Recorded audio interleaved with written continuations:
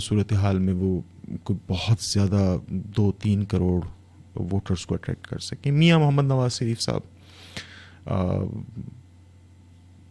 پرانی جو پولیٹیکل ہمارے پاس قیادت آ رہی ہے مختلف جماعتوں کی، اس میں سب سے بڑی فالوئنگ رکھنے والے پولیٹیکل لیڈر ہیں. لیکن اگر وہ اپنے نام پہ اور اپنی جماعت کے نام پہ ووٹ لینے کے لیے باہر نکلتے ہیں تو لگ بھگ 1 کروڑ 10 لاکھ کے قریب ووٹرز کو وہ اٹریکٹ کر سکتے ہیں.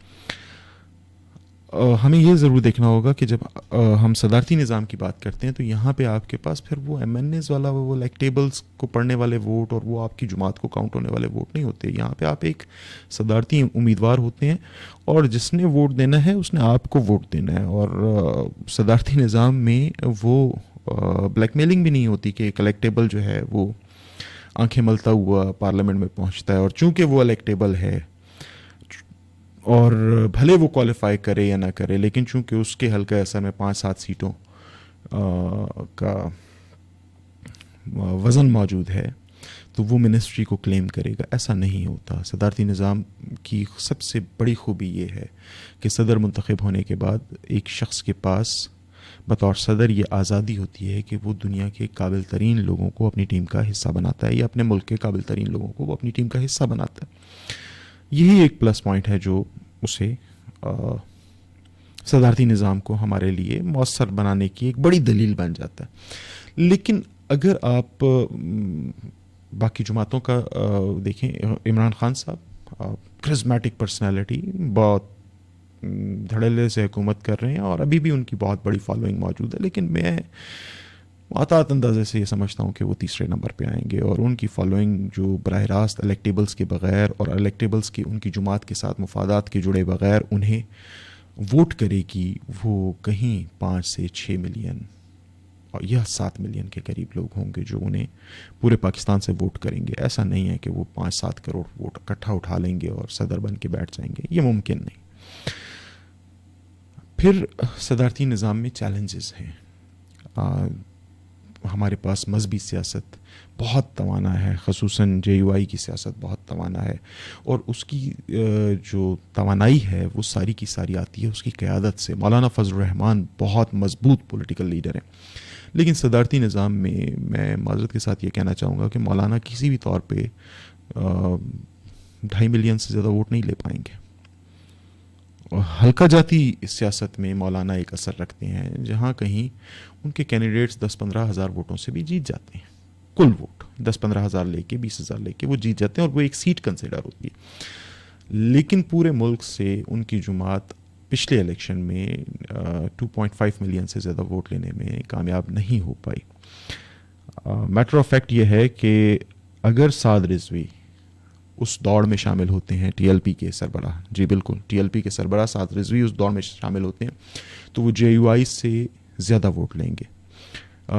محتاط طور پہ میں یہ کہوں گا کہ تمام جو مذہبی جماعتیں اس وقت سیاست کر رہی ہیں ایکسکلوڈنگ مجلس وحدت المسلمین، کیونکہ وہ ایک اور الگ فنومینا ہے اور اس کا اپنا ایک اسٹریٹ پاور بھی ہے، ووٹنگ پاور بھی ہے جو کہ بلا شبہ 3-4 ملین سے زیادہ نہیں ہے. لیکن سعد رضوی بہرحال باقی تمام مذہبی جماعتوں سے کے مجموع ووٹ سے زیادہ ووٹ لینے کی کیپیسٹی رکھتے ہیں اور یہ ایک چیلنج بھی ہے صدارتی نظام کے لیے، کیونکہ آپ کینڈیڈیٹ کو کھڑا ہونے سے نہیں روک سکتے اور جب وہ ووٹ لے لیتا ہے تو پھر اس ووٹ کی قوت اس کے پیچھے آتی ہے جو مزید ووٹ کو اٹریکٹ کرنے میں اس کے لیے اگلے الیکشن میں معاون ہوتی ہے. پھر صدارتی نظام کے اور چیلنجز بھی ہیں. صدارتی نظام صرف آپ صدر کی بات نہیں کرتے، صوبے جو آپ کی اکائیاں ہیں وہاں پہ بھی صدارتی نظام کے ساتھ ساتھ پھر گورنر منتخب ہوتا ہے اور وہ جب انتخاب میں براہ راست لوگوں سے ووٹ لے کے آئے گا تو پھر ایک نیا چیلنج سامنے ہوگا. سندھ میں ایک چیلنج آئے گا دیہی اور شہری آبادی کے درمیان میں، اردو بولنے والے اور سندھی بولنے والے سندھیوں کے درمیان میں.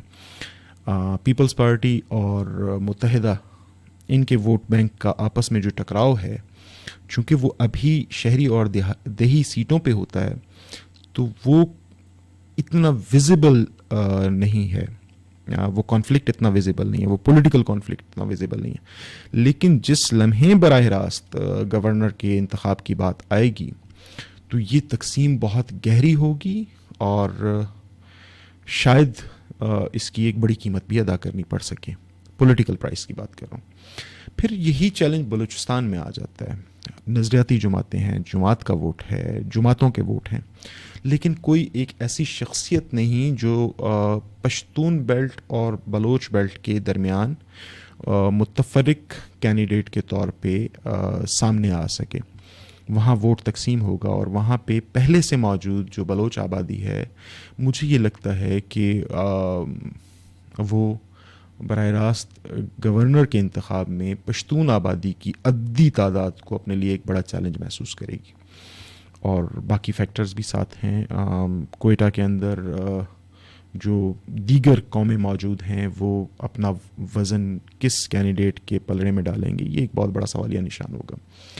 کے پی کے میں صورتحال اسی طرح سے سامنے آئے گی. اے این پی اس کو اپنے لیے ایک چیلنجنگ صورتحال سمجھے گی. جے یو آئی کے لیے الگ چیلنجز ہوں گے, کیونکہ یہاں بات یہ نہیں ہوگی کہ آپ کس حلقے میں کم زیادہ ووٹ لے کے کیسے جیتے اور پھر سیٹیں آپ کی 35 ہیں یا 30 ہیں. یہاں پہ تو مجموعی ووٹ کاؤنٹ ہوگا, اور وہ صورتحال کے پی کے میں بھی کوئی زیادہ واضح نہیں ہے. البتہ نون لیگ کے لیے لینڈ سلائیڈنگ وکٹری ہوگی پنجاب میں. اگر صدارتی نظام آتا ہے اور مریم نواز شریف جیسی کوئی کینڈیڈیٹ ان کے گورنر کی کینڈیڈیٹ ہوتی ہے پنجاب کے لیے, تو کوئی ایسی اور قوت نہیں جو ان کے سامنے آ سکے. پنجاب میں جتنے بھی آپ قداور لوگ دیکھتے ہیں, جو سب سے بڑے دھڑے کے لوگ گنے جاتے ہیں, وہ بھی شاید 5 سے 7 لاکھ ووٹوں پہ کلیم کر سکیں گے. اس سے زیادہ ووٹوں کی کیپیسٹی نہیں ہے. اور چونکہ آپ کی پارلیمانی سیاست کا انداز مختلف ہو چکا ہوگا, تو پھر آپ ایک دوسرے کے لیے ووٹ پول نہیں کروا پائیں گے. شاید یہ زیادہ مشکل ہو جائے گا. آپ کے ووٹرز جو ہیں, ہمارے پاس یہ ایک ٹرینڈ موجود ہے کہ ہمارے جو نظریاتی ووٹرز ہوتے ہیں وہ اپنی جماعت کے علاوہ الائیڈ پارٹیز کو ووٹ دینے سے ذرا کتراتے ہیں. خاص طور پہ پیپلز پارٹی کو ہم نے دیکھا ہے. پیپلز پارٹی کا ووٹر تیر پہ ٹھپا لگانے کے لیے نکلتا ہے, اور اگر تیر کا نشان اسے بیلٹ پیپر پہ نہیں ملتا تو وہ اپنے گھر میں رہنا پریفر کرتا ہے. اور وہ اتنا باشعور ووٹر ہے کہ وہ اپنی ناراضگی کا پارٹی سے اظہار جب کرتا ہے تو وہ بھی ووٹ نہ دے کے کرتا ہے. اور اس سے ملتے جلتے معاملات اب ہم دیکھ رہے ہیں کہ پولیٹیکل گرومنگ ہو رہی ہے ہمارے پاس. ہمارا معاشرہ پولیٹیکلی بہت وائبرنٹ ہو گیا ہے. سوشل میڈیا نے ایک بہت بڑا کردار ادا کیا ہے. آپ کو اپنی رائے کی آزادی دینے کا حق حاصل ہو گیا ہے. آپ ٹویٹر پہ ٹیگ کرتے ہیں پرائم منسٹر کو, ٹویٹ کر دیتے ہیں. آپ اس طرح سے یوٹیوب ویڈیو بناتے ہیں, فیس بک ویڈیو بناتے ہیں, اسٹیٹس کے ذریعے آپ اپنا اسٹیٹس اپڈیٹ کرتے ہیں, اپنے غم و غصے کا اظہار کرتے ہیں, اپنی رائے کا اظہار کرتے ہیں, اور آپ اپنی بات لوگوں کے سامنے رکھ سکتے ہیں. تو یہ وہ آزادی ہے جو اب آپ کو پرنٹ میڈیا اور الیکٹرانک میڈیا سے نکال کے سوشل میڈیا پہ حاصل ہوئی ہے.